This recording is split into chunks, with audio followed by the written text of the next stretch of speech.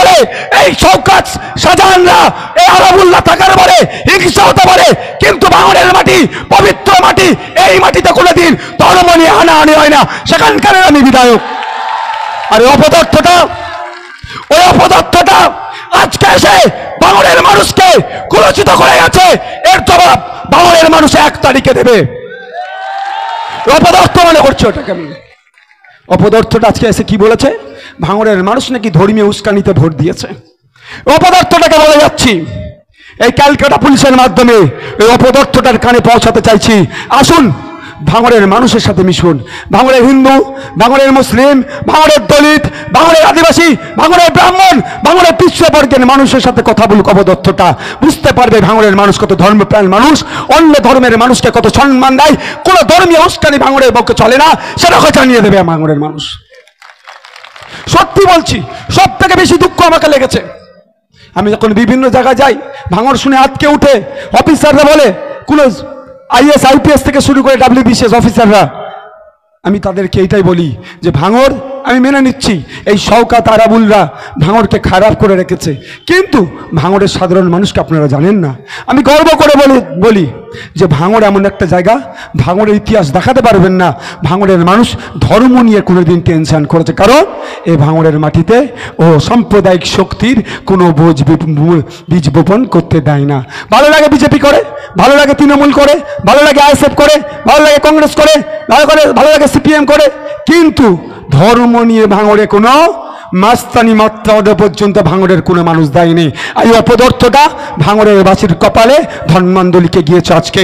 তাই ভাঙড়ের মানুষকে বলবো, যে তৃণমূল করে তাকেও বলবো, আপনাকে ধর্মান্ধ বানিয়ে গিয়েছে এই অপদার্থটা। ওই অপদার্থটার জবাব আগামী 1 তারিখে খামচিহ্ন দিয়ে ওকে জবাবটা দিয়ে দিতে হবে।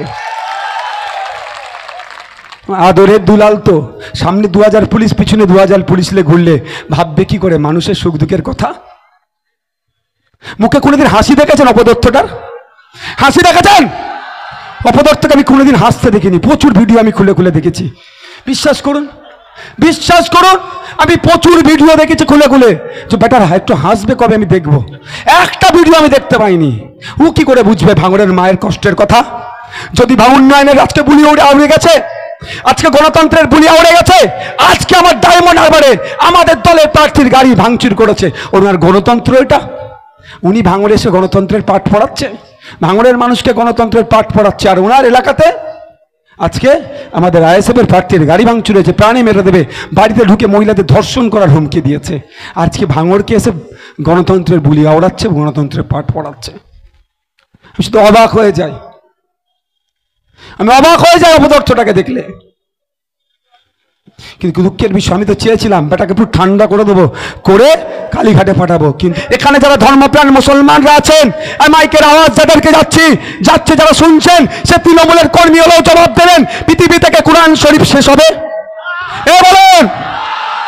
আর ওর পিসি কি বলেছে? কোরআন শেষ হয়ে যাবে, ওর উন্নয়ন শেষ হবে না। ওর পিসিকে জবাব দিতে হবে তো নাকি? জবাব দিতে হবে তো নাকি? একটা ভোট ওকে দেওয়া যাবে না। এখানে আমার আছে সনাতনী ধর্মের মানুষেরা আছে, ডাক্তার আছে, ওঠেন আপনারা বলুন, বাইবেলকে গীতাকে এনে যে কথা বলেছে, কোনোদিন মানবে ধর্ম? কোনোদিন মানা যায় না।